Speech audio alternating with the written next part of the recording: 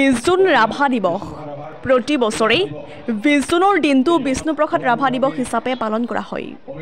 ৰাজ্যৰ প্ৰান্তে প্ৰান্তে অনুষ্ঠিত হৈছে এই ৰাভা দিৱস। কোনো গুণে কম নহয় নলবাৰী জিলাৰ সমন্বয় ক্ষেত্ৰ বৰগুৰাৰ উদ্যোগত অনুষ্ঠিত হয় বিষ্ণু ৰাভা দিৱস উদযাপন। বিষ্ণু ৰাভা অসমৰ এগৰাকী বৰেণ্য শিল্পী, কবি, সাহিত্যিক, নাট্যকাৰ, সংগীতজ্ঞ, নৃত্যবিদ, অভিনেতা, সংগঠক আৰু মুক্তি যুঁজাৰু আছিল। তেখেতৰ সাংস্কৃতিক অৱদানৰ বাবে কলাগুৰু বুলি অভিহিত কৰা হয়। সমন্বয় ক্ষেত্ৰ বৰগুৰাৰ উদ্যোগত অনুষ্ঠিত হোৱা ৰাভা দিৱসত ৰাতিপুৱাৰে পৰা বিভিন্ন কাৰ্যসূচী ৰাখে। ৰাতিপুৱা পতাকা উত্তোলন, বন্তি প্ৰজ্বলন, কলাগুৰু বিষ্ণুপ্ৰসাদ ৰাভাৰ প্ৰতিচ্ছবিত মাল্যপন, ৰচনা প্ৰতিযোগিতা, সংগীত প্ৰতিযোগিতা, নৃত্য প্ৰতিযোগিতা আকৌ মুকলি সভা অনুষ্ঠিত হয়।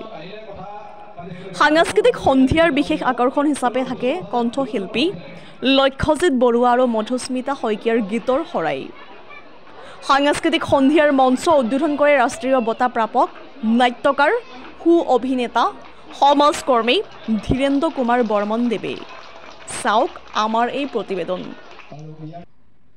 বৰগুৰাৰ উদ্যোগত অনুষ্ঠিত হোৱা বিষ্ণু ৰাভা দিৱস উদযাপন সমিতিৰ প্ৰথমতে মই তেখেতসকললৈকে বৰ আন্তৰিক ধন্যবাদ, কৃতজ্ঞতা, অভিনন্দন প্ৰকাশ কৰিছোঁ। আজি 20 জুন বিষ্ণু ৰাভা দিৱস। বিষ্ণু ৰাভা কোন আছিল, কি কৰিছিল, কি কৰা নাছিল, গতিকে তেখেতে আমাৰ জাতিটোৰ কাৰণে, আমাৰ ভাষাটোৰ কাৰণে কি দি থৈ গ'ল, সেইখিনি কথা আমি প্ৰতিজন নাগৰিকে আমি অনুধাৱন কৰিব লাগিব। আৰু জাতিটোক আমি আগবঢ়াই নিব লগা হ'লে এই মহান মনীষী বিষ্ণু ৰাভা, জ্যোতিপ্ৰসাদ আগৰৱালা, ডক্টৰ ভূপেন হাজৰিকা, শংকৰদেৱ, মাধৱদেৱক আমি সদায় অনুকৰণীয় হৈ থাকিব লাগিব। তেখেতসকলৰ অনুপ্ৰেৰণাতে আমি জাতিটোক, ভাষাটোক আমি আগবঢ়াই নিব লাগিব। কলাগুৰু বিষ্ণু ৰাভা সোণৰ চামুচ লৈ জন্মগ্ৰহণ কৰিছিল যদিও তেখেতে অতি সাধাৰণ মানুহৰ দৰে জীৱন যাপন কৰিছিল। তেখেতে জনতা, মেহনতি জনতাৰ কাৰণে সদায় তেখেতে বিপ্লৱ কৰিছিল। জাতিটোৰ কাৰণে, ভাষাটোৰ কাৰণে তেখেতে সদায় সংগ্ৰাম কৰিছিল। সৰলতা ভাষা তেখেতে আয়ত্ত কৰিছিল আৰু সেই সৰলতা ভাষালৈ বিভিন্ন জাতি জনগোষ্ঠীৰ মাজত সমন্বয়ৰ সেতুখন তেখেতে সুদৃঢ় কৰিছিল। সমন্বয়ৰ সেতুৰে তেখেতে জাতিটোৰ যিখিনি কৃষ্টি, সংস্কৃতি, সাহিত্য সকলো ক্ষেত্ৰতে তেখেতে আগবঢ়াই লৈ গৈছিল। গতিকে আমি এই মহান মনীষীসকলক শ্ৰদ্ধা আমি সদায় কৰিব লাগিব। তেখেতসকলক সদায় তেখেতসকলৰ বাটেৰে সদায় আমি আগবাঢ়ি যাব লাগিব। গতিকে বিষ্ণু ৰাভা, কলাগুৰু বিষ্ণু ৰাভাক আজি আমি শ্ৰদ্ধাৰে কৰিছোঁ। তেখেতে নিষ্পেষিত জনতাৰ মংগলৰ কাৰণে, নিষ্পেষিত খেতিয়ক, কৃষক, খেতিয়ক, বনুৱা ভজুৱা সকলোৰে বাবে তেখেতে যিখিনি সংগ্ৰাম কৰি জাতিটোক আগবঢ়াই লৈ যাব বিচাৰিছিল। গতিকে তেখেত আজিও থাকিব লাগিছিল আমাৰ মাজত তেনেকুৱা ব্যক্তি, কিন্তু তেখেতে খুব কম বয়সতে, অৰ্থাৎ 60 বছৰ নমতে তেখেতে ইহলীয়া সম্বৰণ কৰিছিল। তেখেত এজন ভাল নাট্যকাৰ আছিল, ভাল কবি আছিল, ঔপন্যাসিক আছিল, গল্পকাৰ আছিল, প্ৰাবন্ধিক আছিল, ভাল এজন খেলুৱৈ আছিল, ভাল এজন চিত্ৰকৰ আছিল, ভাল এজন কলাবিদ আছিল, ভাল এজন ৰাজনীতিবিদ আছিল। কি নাছিল কি তেখেত? গতিকে বহু গুণৰ অধিকাৰী আছিল ৰাভাদেৱ। গতিকে আমি ইয়াৰ পৰা তেখেত য'তেই নাথাকক কিয় তেখেতক আমি শ্ৰদ্ধা নিবেদিছোঁ।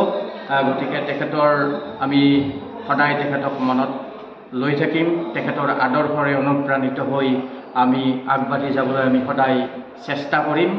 আৰু জাতিটোৰ কাৰণে তেখেতে যিখিনি অৱদান, তেখেতৰ অৱদান যিখিনি, সেইখিনি সদায় আমি স্মৰণীয় কৰি ৰাখিম। বিশেষ নকওঁ, ধন্যবাদ।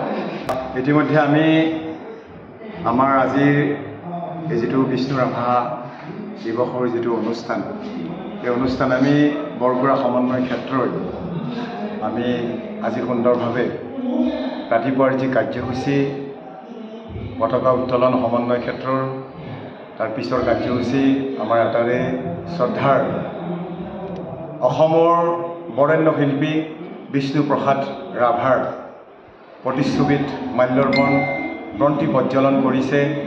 আৰু এই স্কুলৰ আমাৰ যি কাষতে আমাৰ মঞ্চৰ কাষতে এখন বৰগুৰা মিলন প্ৰাথমিক বিদ্যালয় আছে, এই বিদ্যালয়ৰ প্ৰধান শিক্ষকে ধৰি সহকাৰী শিক্ষকবৃন্দই আৰু ইয়াৰ ছাত্ৰ ছাত্ৰীসকলে আমাৰ অনুষ্ঠানটোত ৰাতিপুৱা সহযোগ কৰিছে। ৰাভা সংগীত প্ৰতিযোগিতা অনুষ্ঠিত হৈছে। ভাল ভাল শিল্পীসকলে ল'ৰা ছোৱালীয়ে ৰাভা নৃত্য ভাল প্ৰদৰ্শন কৰিছে। ৰাভা গীতত সুন্দৰ নৃত্য প্ৰদৰ্শন কৰি ৰাইজক আমোদ যোগোৱাইছে।